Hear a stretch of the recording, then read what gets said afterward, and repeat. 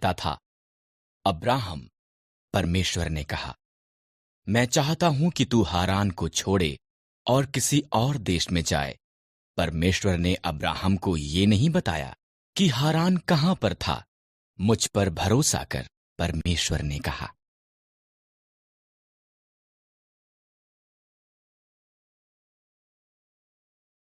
ये कर, परमेश्वर ने कहा, और तेरी संतान एक बड़ी जाति बन जाएगी।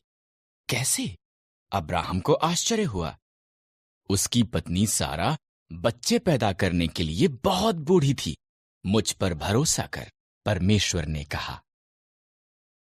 जहां मैं कहता हूं वहां जा, परमेश्वर ने कहा, और तेरी संतान जितने आकाश में तारे हैं उससे ज्यादा होगी। वो पूरे संसार के लिए आशीष होंगे। मुझ पर भरोसा कर। अब्राहम ने परमेश्वर पर भरोसा किया। उसने सारा, उसके भतीजे लूत और सब कुछ जो उसका था उसे लिया। वो वहां गया जहां परमेश्वर ने उसे जाने के लिए कहा था। वो कनान के देश में गया। वहां पहुंचकर अब्राहम ने शकेम में डेरा लगाया। परमेश्वर उसको प्रकट हुआ। मैं ये भूमि तुझे और तेरी संतान को दूंगा, परमेश्वर ने कहा। अब्राहम ने परमेश्वर के लिए वहां एक वेदी बनाई। अब्राहम ने परमेश्वर की वादा की हुई भूमि पर यात्रा की। वो खुश था कि उसने परमेश्वर पर भरोसा किया था, इसलिए उसने एक और वेदी बनाई और उस सब के लिए परमेश्वर का धन्यवाद। यीशु शिक्षा समाप्त कर चुका था। हर एक को भूख लग रही थी। उन्हें भोजन खरीदने के लिए भेज दे, उसके शिष्यों ने कहा। पर यीशु लोगों को दिखाना चाहता था कि वो परमेश्वर पर भरोसा कर सकते थे। क्यों ना तुम उन्हें भोजन दो? यीशु ने पूछा।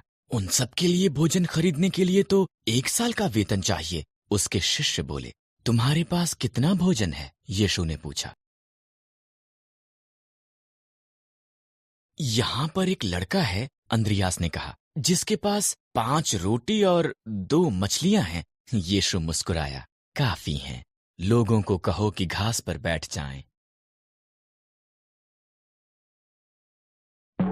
इस तरह लोग सब तरफ पहाड़ के पास बैठ गए। यीशु ने रोटी और मछली के लिए धन्यवाद किया।